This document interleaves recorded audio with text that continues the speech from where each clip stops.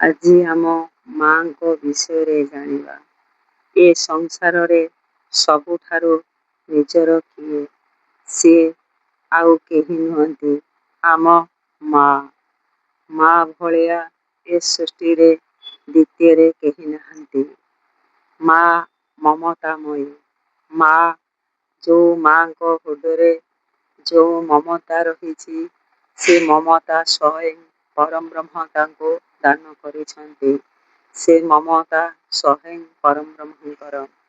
ମାଙ୍କୁ ଛାଡ଼ିଦେଲେ ଏ ସୃଷ୍ଟିରେ ଆମର ନିଜର କେହି ନାହିଁ।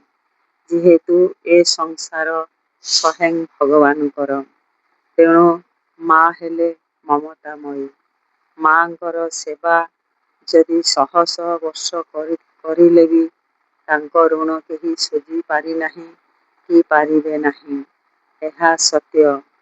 ଯେଉଁ ପିଲାମାନେ ବାପା ମାଙ୍କୁ ନିନ୍ଦା କରୁଛନ୍ତି, ଟର୍ଚର କରୁଛନ୍ତି ଏବଂ ଅନାଥ ଆଶ୍ରମରେ ଛାଡ଼ୁଛନ୍ତି କିମ୍ବା ତାଙ୍କୁ ଖାଇବାକୁ ଦେଉନାହାନ୍ତି, ଏ ଅତି ନିନ୍ଦକର କଥା। ସେଇ ପିଲାମାନଙ୍କୁ ସ୍ୱୟଂ ପରଂବ୍ରହ୍ମ କେବେ ବି କ୍ଷମା କରିବେ ନାହିଁ କି ତାଙ୍କୁ ବାପା ମା କେବେ ଜନ୍ମାନ୍ତର ମମତା ବାପା ମାଙ୍କର ମମତା ମିଳିବ ନାହିଁ। ଏହା ସତ୍ୟ।